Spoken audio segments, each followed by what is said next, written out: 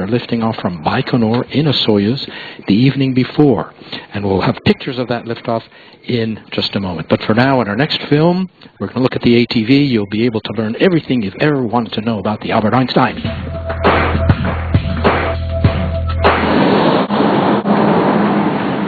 ESA's latest automated transfer vehicle is ready for launch to the International Space Station.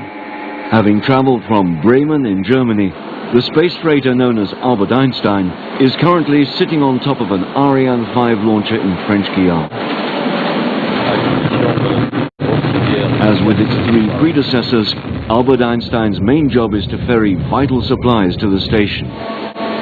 Filled to capacity, it'll be the heaviest ATV so far. It will also act as a waste depot and periodically correct the station's altitude with its thrusters. It's the second last vehicle in the ATV program, but from an operational and programmatic point of view, it has the same importance like the three previous ones. Its upload of 6.6 tons will contribute to the ESA CSOC obligation compensation, which we owe NASA for then operating our Columbus module on board the ISS. ATV's rendezvous system makes it the smartest vehicle in space today.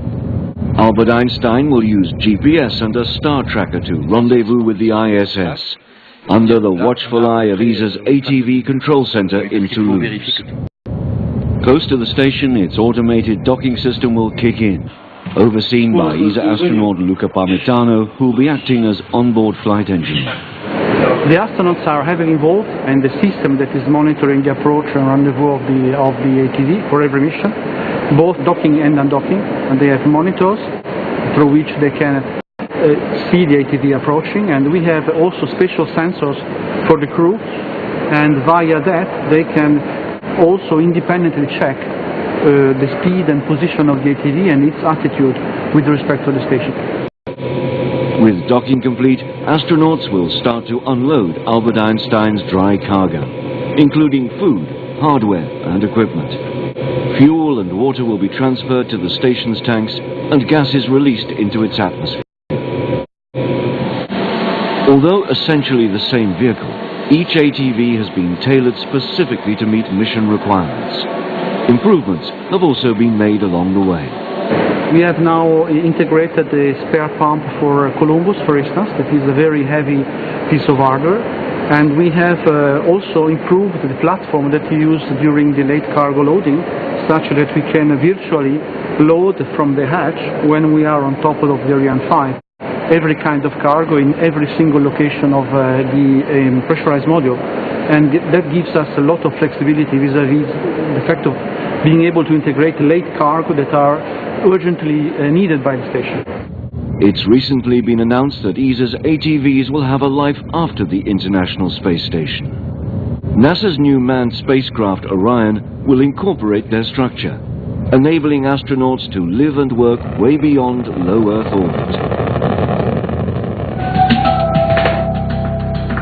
We'll have more information on the ATV's contribution to Orion in the next film in just about 3 minutes. But first, Simon, the launcher's trajectory cannot be completely covered by the ground station's network, and there are going to be 4 periods during the flight in which we cannot receive telemetry. We're in the middle of one right now. It's quite normal, though, right? Yes, in fact, all the tracking stations, they are positioned so as to ensure contact during all the main flight events. Due to logistical reasons, the ground network cannot have continuous contact, but this is perfectly acceptable. And as you say, during the quiet period, where we do not have the telemetry visibility, we collect all this recorded data, and at a later stage in the process, we have access to it. Albert Einstein, who gives his name to the vessel tonight, of course, needs no introduction. His general theory of relativity, one of mankind's most important scientific discoveries, certainly of the 20th century. Born in Germany, published his papers in Switzerland, taught in Princeton, where he died in 1955, Nobel Prize winner. Our next film looks at the history of the ATV program, as well as the future, and Orion, as promised.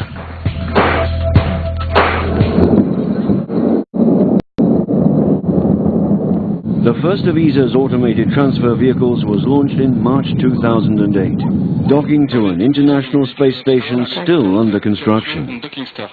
Since then, these massive space freighters have ferried many tons of supplies and equipment to the onboard crews. The first European spacecraft capable of an automated rendezvous They have 3 times the capacity of the Russian Progress vehicle, providing a pressurized working environment for up to 6 months, whilst attached to the ISS. As ESA prepares to launch the 4th and penultimate ATV, plans have been agreed with NASA to use the program's tried and tested technology in its upcoming Orion crew vehicle. It is true that ATV is supposed to be the most complex spacecraft ever designed by Europe. On the other hand, it is sized just to service ISS missions, and obviously we also want to evolve our technology.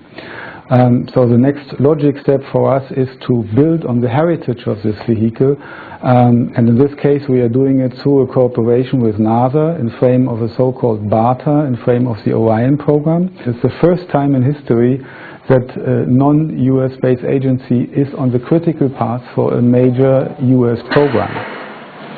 Scheduled for first launch in 2017, Orion will ultimately carry astronauts well beyond the confines of low Earth orbit. It'll consist of a crew capsule situated on top of an ATV-derived service module. The service module is, let's say, the propulsion module which is located underneath the crew module. It will also provide the power generation, and it has what is called the consumable storage system, which is for water and gas, which is used for the crew. And then, different than ATV, it has an active thermal control system, which will also be in charge for the heat dissipation coming from the capsule. So it is something which is derived from an ATV, but it is still much different. We have here today representatives from NASA and Made in January, the announcement paid testament to Europe's ability to produce advanced, dependable spacecraft. New spacecraft Orion. It is building upon ATV heritage, as we say. You are very well aware that ESA is providing supply vehicles to the International Space Station. The last one will be launched next year, and based on the experience that we have gathered in ESA in European industry, we are now building upon that in the context of this cooperation.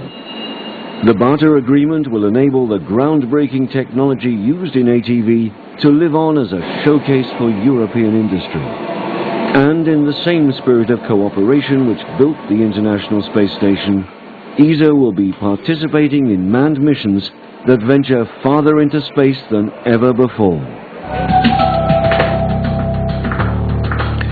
So it's quite something. Europe developing Orion service module for NASA. The first time ESA is collaborating with the US agency in a crew transport vehicle, so you can say it's ATV's second life.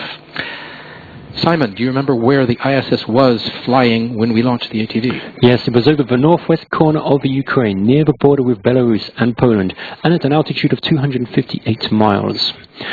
As was said in the last film, this is the penultimate ATV in its current capacity of providing a logistics service to the International Space Station. The final in the series of ATVs will fly next year. The first mission, called the Jules Verne, named after the French visionary, flew in 2008. The second flew in 2011, named the Johann Kepler. Johann Kepler for his contributions to the laws of celestial mechanics. And the last one went up just last March. That's right, it was named the Edoardo Amaldi, whom was a leading figure in the 20th century Italian physics. Another look at the ATV coming up. We're returning to Alberto Novelli, whom you saw earlier, for a word on the docking system.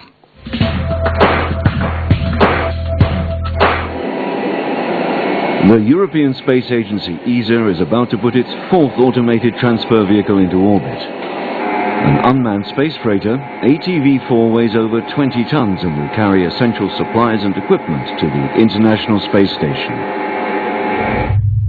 Currently waiting at Europe's spaceport in Kourou, French Guiana, ATV-4 will soon be launched on board an Ariane 5 rocket.